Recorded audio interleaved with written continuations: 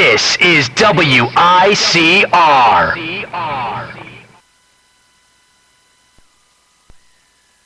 From the basement of La Pensa, this is your host, The Rock is on this Monday, April 3rd, 2017. We got a lot to get to today. Obviously, we have opening day. It has finally arrived, folks. I will reveal my predictions later on in the show, but first, we got to talk about the Final Four that unfolded this past weekend, along with the previewing the national championship.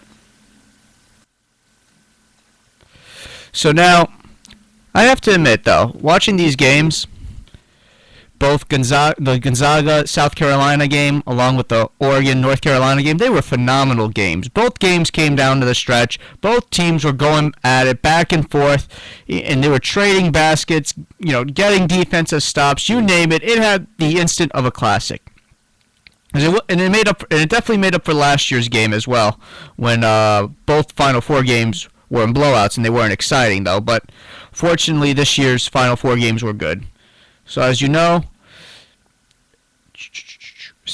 Gonzaga, number 1 seed, Gonzaga Bulldogs defeated the South Carolina Gamecocks 77-73. Nigel Williams-Gross led the way for the Zags with 23 points, and Gonzaga, it will be playing in their first ever national title game. And it's kind of a historic moment because, like I said, they're playing in their first title game, though. Nobody expecting Gonzaga to be here, even as the 1 seed. They have a record of 37-1, and I believe they're the best team heading into they were the best team record-wise heading into the tournament. And Gonzaga basically, they had some pretty solid teams in years past, though, but they just never got over the hump.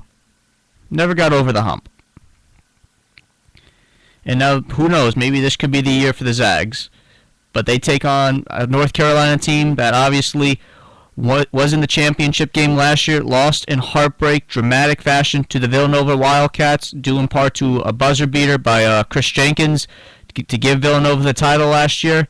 North Carolina's trying to avenge that. They're trying to not have the same result as last year, and which is losing the national title game. But before I dive into the title game, I want to talk about the Oregon-North Carolina game. Now, I told you this was the game I wanted to see. I had this game circled on my calendar as soon as the the Elite Eight was over, and when North Carolina defeated Kentucky. I was looking forward to this game. And this game, you know what? At the beginning, it was off to a sluggish start because both teams seemed like they couldn't get a rhythm going offensively, and there was just bad, hideous shots. The defensive effort was there though from both teams though, but it just seemed like both teams, couldn't get a flow going, couldn't get a rhythm going. But then it picked up late in the first half and going into the second half. And North Carolina, in the end, they prevailed due in part to Kennedy Meeks, who scored 25 points. Followed by, let me check the stats. Kennedy Meeks led the way with 25 points, followed by 22 points by Justin Jackson, and Joel Berry contributed as well with 11. But when you watch the end, for those who saw the game to the very end, Oregon was had an opportunity. North Carolina was at the line. They were down by 3. Actually, they were down by... No, yeah, they were down by 3. North Carolina was at the line. It was a 1-and-1. They missed the free throw, North Carolina. Then Oregon got the rebound, drove back. Drove the length of the court.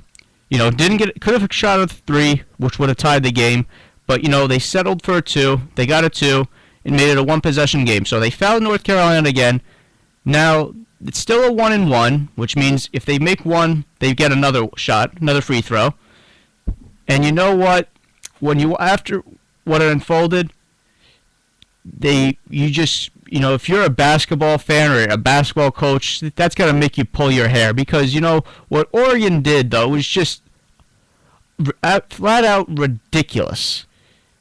And it's just fundamental basketball. And what they did was they didn't box out the shooter, or couldn't box out and couldn't get a rebound off a missed free throw. That's and that was only once. So then North Carolina misses the shot again. They miss again.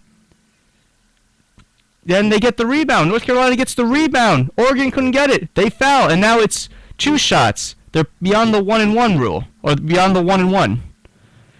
So North Carolina gets 2 free throws, and they miss it again. They miss both free throws when they have 2 attempts.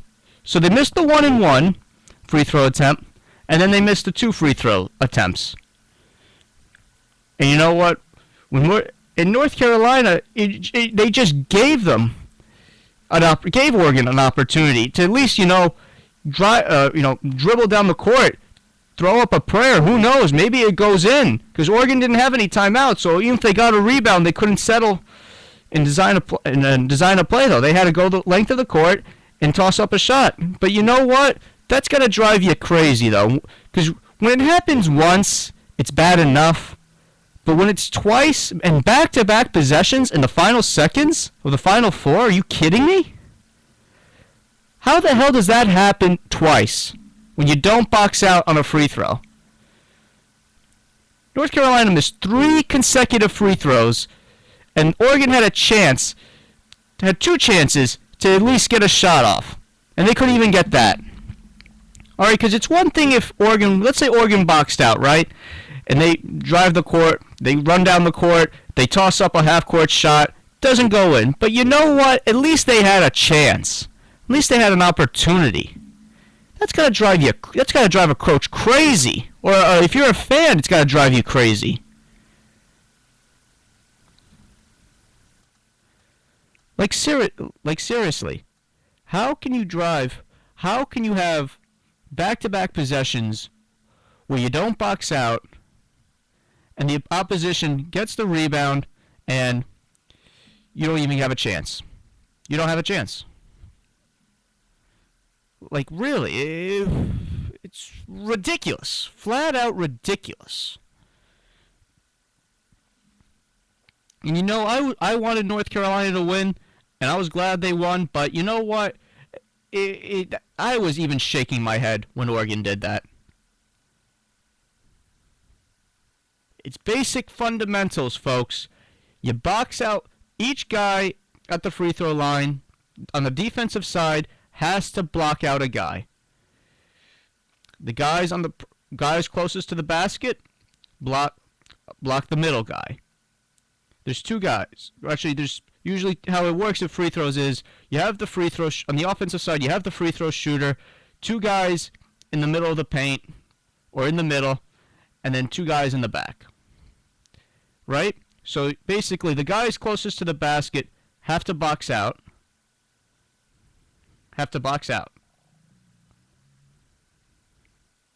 No, actually, it's offensive. The offensive guys are in the middle. Then the defenders are closest to the basket. And then you have another guy who has to box out the free throw shooter. But, seriously, you know what? You gotta box. You gotta do it.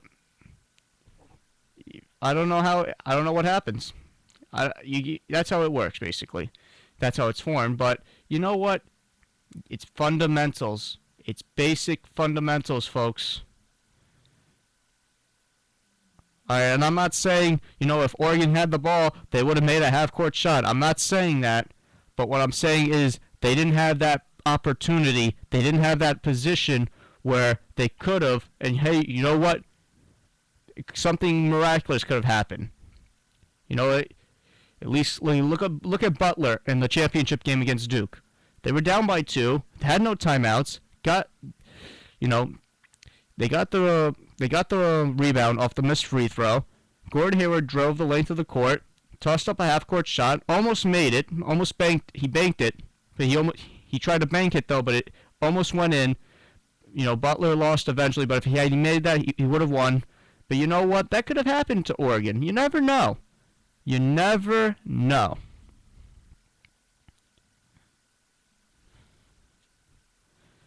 But with that being said, we're going to dive right into the championship game.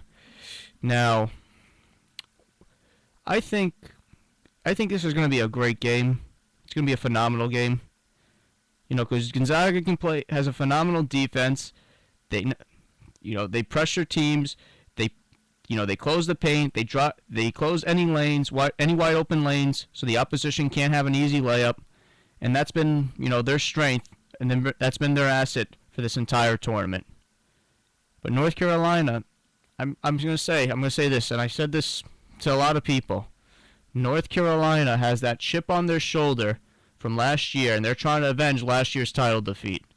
Because there's some guys on that team that still experience that heartache and still went through, the heartbreaking defeat of losing at the buzzer after tying the game.